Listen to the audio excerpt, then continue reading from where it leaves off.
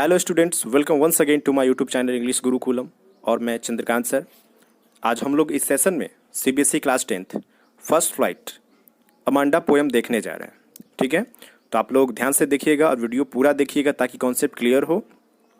और साथ में मैं डिफ़िकल्ट वर्ड मीनिंग भी एक्सप्लेन करूँगा। आप लोग पेन और कॉपी लेके ही बैठिए ताकि उसका वर्ड मीनिंग भी आप लिख लीजिएगा, नहीं तो फिर बाद में आप भूल जाइएगा। ठीक है ना, तो ध्यान दीजिए। पहले इस पोएम में हम लोग बेसिक फैक्ट्स को जान लें ताकि आगे का काम हमारे लिए आसान हो जाए। जैसे इस पोएम में अमांडा एक लड़की का नाम है और इस पोएम में हम लोग देखेंगे कि उसकी माँ, आपको पोएम पढ़ने से पता चल जाएगा, ऐसा एक कॉन्सेप्ट समझ में आ जाएगा कि उसकी माँ ही उसे डांट रही है कोई गलती हो जाने पे। जैसे हम लोग से भी कभी कभी कोई गलती हो जाती है तो हम लोग के मम्मी या पापा डांटते हैं कि अच्छा देखो ऐसा मत करो बेटा, क्या कर दिए, गलती हो गया, मतलब तुम्हें वो नहीं करना चाहिए, मैंने क्या कहा तुम्हें करने के लिए। इस तरह का सजेशंस आता है, स्कॉल्ड होता है, लोग कभी कभी डांटते भी हैं। तो इसका मतलब ये नहीं है कि वो बुरे हो गए, है ना। अब जैसे टीचर ही डांटे, मम्मी पापा ही डांटे, तो इसका मतलब ये नहीं कि वो बुरे हैं, भाई मेरी कोई परवाह ही नहीं करते हैं, मेरी कुछ इज्जत ही नहीं है, कोई रेस्पेक्ट ही नहीं है, ऐसा नहीं है। वो आपको सही के लिए डांटते हैं। I mean what is good and what is bad for you, your parents understand better than you. Okay, मतलब आपके जो पेरेंट्स हैं वो आपसे बेहतर जानते हैं कि आपके लिए क्या सही है और क्या गलत है, इसलिए वो डांटते हैं।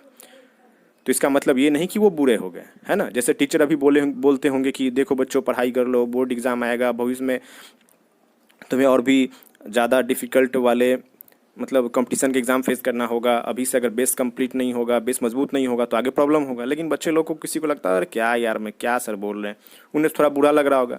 लेकिन भविष्य में रियलाइज़ होगा कि नहीं सर अच्छे बोल रहे थे, सही बोल रहे थे। आई मीन ये भी रियलाइज़ हो जाएगा कि पेरेंट्स भी सही बोल रहे थे। चलिए हम लोग पोएम शुरू करते हैं। Every child feels that she or he is controlled and instructed not to do one thing or another. You too may feel that your freedom is curtailed. I mean प्रत्येक जो भी बच्चे होते हैं उनको लगता है कि उनके पेरेंट्स उनको कंट्रोल कर रहे हैं, अलग अलग इंस्ट्रक्ट करके कि तुम ऐसा नहीं करो, वो कर लो। बच्चों को ऐसा लगता है कि वो उन्हें कंट्रोल कर रहे हैं। और यू टू में feel that your freedom is curtailed. और उस समय ऐसा लगता होगा तुम्हें कि तुम्हारी जो स्वतंत्रता है, आज़ादी है, वो छीनी जा रही है। मतलब पेरेंट्स वो आज़ादी छीन रहे हैं, हर समय तुम्हें टोक रहे हैं इसके वजह से। ठीक है, राइट अबाउट डाउन। चलो अब हम लोग नीचे का देखते हैं, main line. Don't bite your nails, Amanda. Don't hunch your shoulders, Amanda. Stop that slouching and sit up straight, Amanda. यहाँ पे हंच का मतलब हो रहा है कुबर निकलना और स्लाउचिंग मतलब झुक कर चलना या बैठना।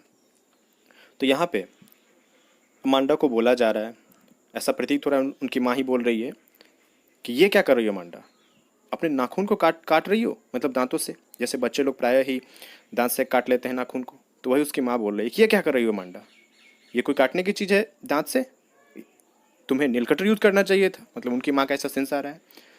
Don't hunch your shoulders Amanda. और ये क्या, कैसे चल रही हो तुम, ऐसा लग रहा है जैसे कि कुबर निकला हुआ है, गंदा सा दिख रहा है, अच्छे से चलो। Stop that slouching and sit up straight. और ये कैसे बैठी हुई हो, लग रहा है पीठ झुका हुआ है, बिल्कुल टाइट होके बैठो, है ना।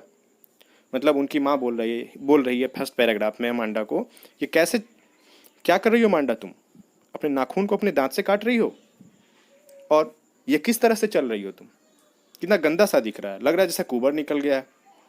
और ये बैठने का कौन सा तरीका है, जैसा लग रहा है तुम्हारा शरीर झुक गया है, तो टाइट होके बैठो। ठीक है, second paragraph. There is a language emerald sea where the sole inhabitant is me a mermaid drifting blissfully. Language कहने का मतलब रिलैक्स्ड, इमराल्ड कहने का मतलब, इमराल्ड सी कहने का मतलब वैसा सी जो ग्रीन कलर का दिख रहा है। सोल इनहेबिटेंट मतलब हो रहा है यहाँ पे आपका जो अकेला।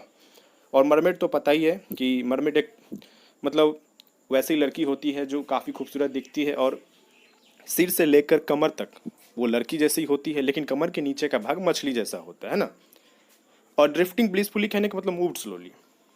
तो अब ये देखो, ये सेकंड पैराग्राफ आपको बिल्कुल अलग ही लग रहा होगा क्योंकि फर्स्ट पैराग्राफ में मतलब उसको डांटा जा रहा था, पता नहीं सेकंड पैराग्राफ बिल्कुल अलग सा आ गया। तो हाँ, ये बिल्कुल अलग ही है, क्योंकि अब अमांडा माँ के द्वारा जो डांटा जा रहा है, उसको बोला जा रहा है, उसमें वो बिल्कुल नहीं ध्यान दे के अपना वो इमेजिनेशन वाला लाइफ में चली जाती है। मतलब वो सोच में पड़ जाती है, सोच में डूब जाती है।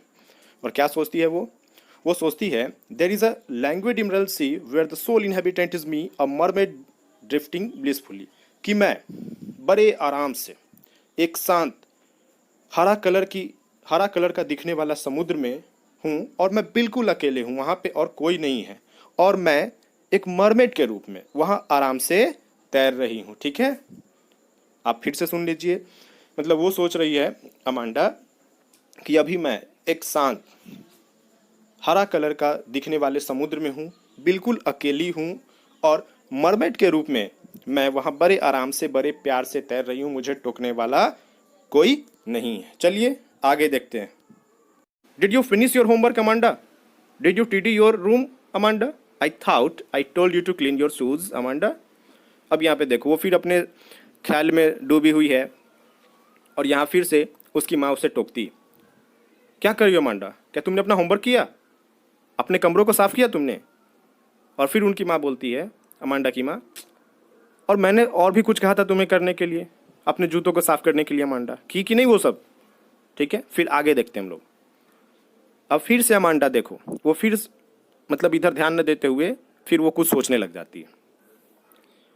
I am an orphan roaming the street, I pattern soft dust with my hurt. Hurt का मतलब होता है चुपचाप शांत, बेयर फिट यानी नंगा पैर। The silence is golden, the freedom is sweet. अब यहाँ पे देखो अमांडा क्या सोचने लगते हो, वो सोच रही है कि कैसी यार माँ है मेरी, एकदम हर्ष में डांटते रहते हैं, बेकार है एकदम। इससे अच्छा होता कि मैं ऑर्फन होती, गलियों में चौराहों में मैं भटकते रहती, घूमते रहती, और I pattern soft dust with my hurt bare foot, और मैं नंगे पैर रेत में मिट्टी में अपना चलते रहती चुपचाप, कोई मुझे वहाँ टोकने वाला नहीं होता, वहाँ पे बिल्कुल शांति होती। द साइलेंस इज गोल्डन, और इतनी शांति होती कि मुझे लगता कि ये मेरा गोल्डन पीरियड है। क्यों? क्योंकि मुझे यहाँ पे कोई टोकने वाला नहीं है। द फ्रीडम इज स्वीट, और तब वहाँ मुझे स्वतंत्रता का एक अलग ही अनुभव होता कि स्वतंत्रता ऐसी होती है। ठीक ना? मतलब वो सोचने लग जाती है कि इससे अच्छा होता कि माँ के बकबक से मैं अनाथ होती, गलियों में जहाँ भी मेरा मन करता नंगे पैर रेत में मिट्टी में अपना घूमते रहती, कोई मुझे टोकने वाला नहीं रहता, और टोकता नहीं मतलब साइलेंस होता, तो इसलिए वो जो मेरा पीरियड होता वो मेरा गोल्डन पीरियड होता, मेरे लिए काफ़ी बेहतर होता। द फ्रीडम इज स्वीट, और इस प्रकार की आज़ादी जो होती है वो काफ़ी अच्छी होती है।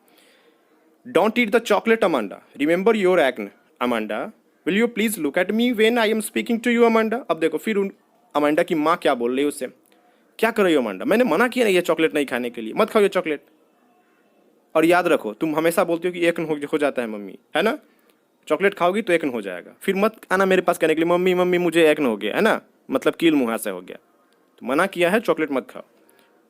Will you please look at मी, और जब मैं तुमसे बोल रही हूँ अमांडा, कहाँ देख रही हूँ, जब बोल रही हूँ तो मेरी तरफ सुनो।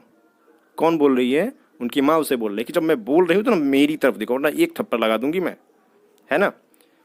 तो ऐसे उसकी माँ बोल रही है। चलिए आप, मेरे ख्याल से आपको अच्छे समझ में आ रहा है, हम लोग आगे का पैराग्राफ देखते हैं। अब यहाँ से फिर वो अपने इमेजिनेशन में चली जाती है। यहाँ पे एक वर्ड है रापुंजल, है ना, I am Rapunzel, I have not a care, life in a tower is tranquil and rare, I will certainly never let down my bright hair. अब इस पैराग्राफ को समझाने से पहले मैं कुछ एक छोटा सा स्टोरी बता दूं कि आखिर ये रापुंजल कौन है। तो एक स्टोरी है जिसमें रापुंजल एक लड़की होती है ना, और उसके बाल काफ़ी बड़े होते हैं, काफ़ी लंबे होते हैं, और जब वो छोटी ही होती है मतलब बहुत छोटी रहती है तो एक विच उसे उठा करके ले जाती है ना। विच मतलब जो जादू टोना करती है, षड्यंत्रकारी जो होती है, जैसे डैन वगैरह बोलते हैं, जो ब्लैक मैजिक दिखाती है, वो विच, वो उसे उठा करके ले जाती है ना, और वो ऐसे एक टावर, मतलब टावर यानी बड़ा सा बिल्डिंग उसके ऊपर में रखती है वो। और जब भी उस विच को ऊपर जाना होता यानी टावर के ऊपर वाले रूम में जहाँ रापुंजल होती थी, तो रापुंजल अपना बाल नीचे करती, और उसके बाल इतने लंबे थे कि वो विच जो है उस बाल पे चढ़ करके फिर ऊपर टावर के पास सबसे ऊपर पहुंच जाती थी, है ना। और वो विच, चूंकि वो बचपन में ही उसे उठा के ले गई थी छोटी में, और जब वो बहुत छोटी थी रापुंजल उसी समय विच ले गई थी, तो विच ऐसा ट्रीट करती थी उसको कि जैसे कि वो उसकी माँ है। तो चलिए अब हम लोग इस पैराग्राफ को समझेंगे तो आपको अच्छे समझ में आ जाएगा। अब वो क्या बता रही है, अमांडा क्या सोच रही है कि इससे अच्छा होता कि मैं रापुंजल होती, आई हैव नॉट अ केयर, मुझे किसी की परवाह नहीं होती, है ना, मैं चुपचाप बिल्कुल एकदम अकेले सबसे ऊपर वाले रूम टावर में पड़ी होती, ट्रैंक्विल, और मुझे वहाँ पे मतलब क्या बड़े आराम से पड़ी रहती, और बड़े ही शांति, ट्रैंक्विल मतलब काम, मतलब बड़े बहुत आराम लगता, और मैं वहाँ चुपचाप शांति से पड़ी होती, है ना।